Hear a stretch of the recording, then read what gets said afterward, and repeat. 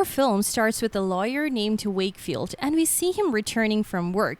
In the subway, Wakefield is upset and fed up with his life. Suddenly, the subway he's on breaks down because the lights go out. During this time, his wife calls to check on him, but he doesn't answer. Passengers get out of the train and walk into the city, including Wakefield.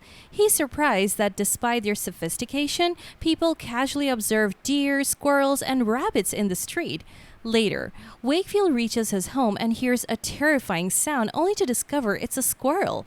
Angry, he chases it away. Suddenly, he finds a storage unit in front of his house with its door open, making him very afraid. However, he decides to turn on the flashlight and investigate that matter. He suddenly sees something moving, but when he shines the light on it, he realizes it's also a squirrel. He pushes it away and realizes he can clearly see his house through the storage unit window, observing what's happening inside.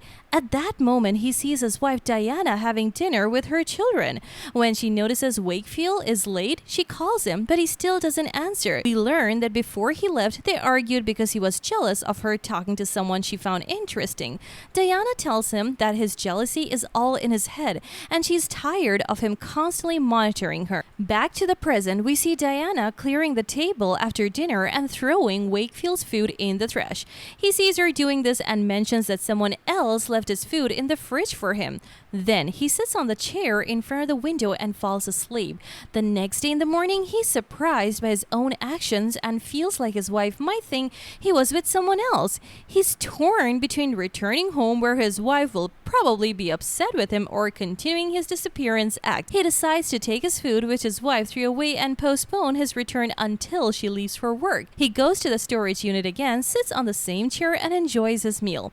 At that moment, Diana and the girls wake up and Wakefield sees them from the window as they run to catch the bus, their mother chasing after them to give them food. After that, Diana calls Wakefield's office and the secretary tells her that he hasn't shown up for work yet and hasn't informed them he will be late. Wakefield expects all the gossip going around and greatly enjoys this game. He laughs even more when he sees Diana discover that his car is not in the parking lot. This worries Diana more, and she talks to all their friends and family members, but they don't know anything about him. After a while, the police arrive after being informed of Wakefield's disappearance. Wakefield brings out binoculars to see what Diana and the police are doing exactly. At that time, Diana shows pictures of Wakefield to the officers so they can recognize him. The police takes his picture, gossiping about Wakefield's disappearance as they leave.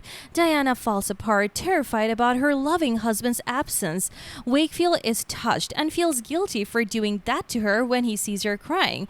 After a while, Babs, Diana's mother, arrives and Wakefield expects their conversation without hearing them. He imagines Babs telling Diana that he doesn't deserve all this sadness, and the most important thing is that he left her some money. He fears Babs might stay with her daughter for a couple of days, but fortunately, she leaves. He's surprised to see Diana leaving the house in the car, so he quickly descends from the storage unit, goes to the house, eats, shaves, and prepares to go to work. But before leaving the house, he thinks of continuing this disappearance game. He cleans up everything he has messed up, takes food, clothes, and drinks, and quickly exits, returning to the storage unit. Night falls, and Wakefield watches the house, seeing many people gathered there to console Diana on her husband's disappearance.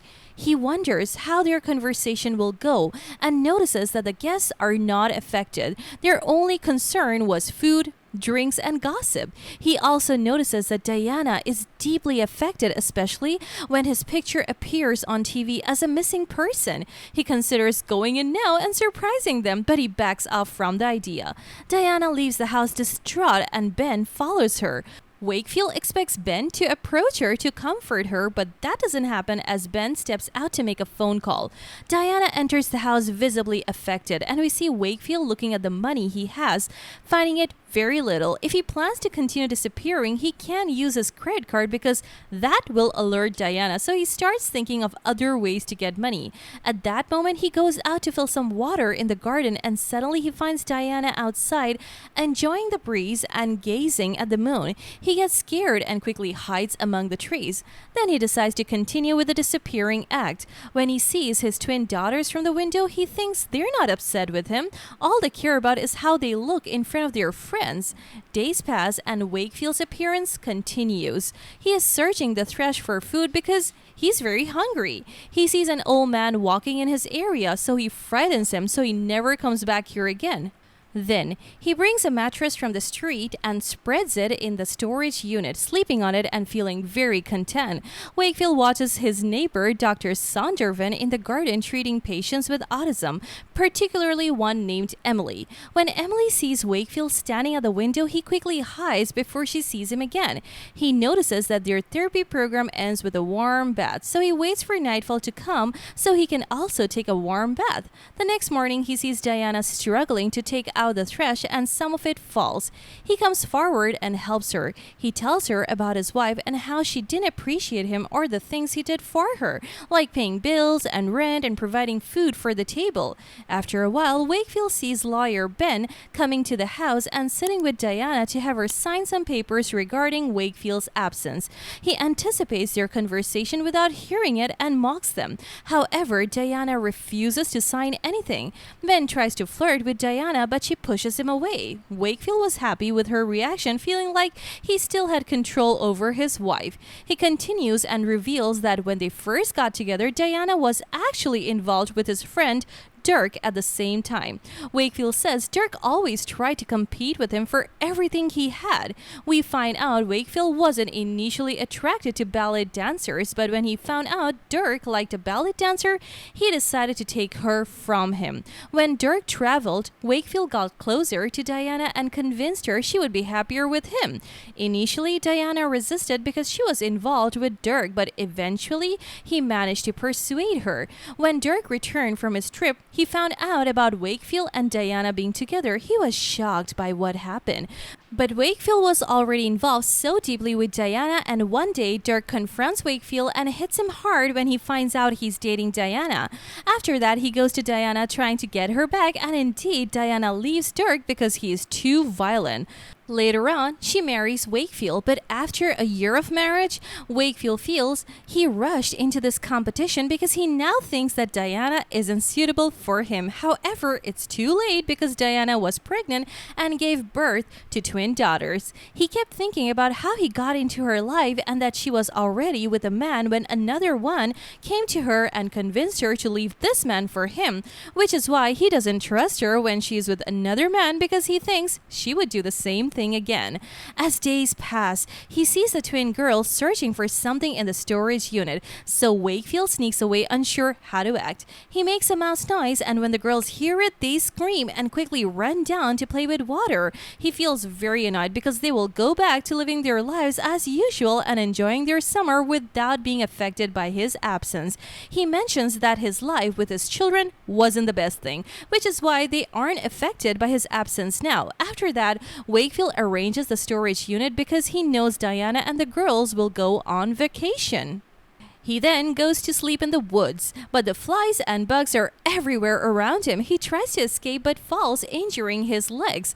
The next morning, Wakefield returns to the storage unit and sees that his wife and children are already gone. He thinks about entering the house, but he's worried, so he decides to walk the streets. He admits he's relieved by all the events happening to him now. While rummaging through the trash for food, he finds a magazine with Dirk's picture describing him as the richest man.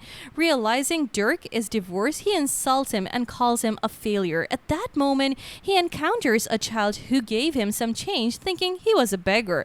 Wakefield takes the money, buys food, and enjoys his time. He imagines Diana coming back and seeing him laughing at these fantasies.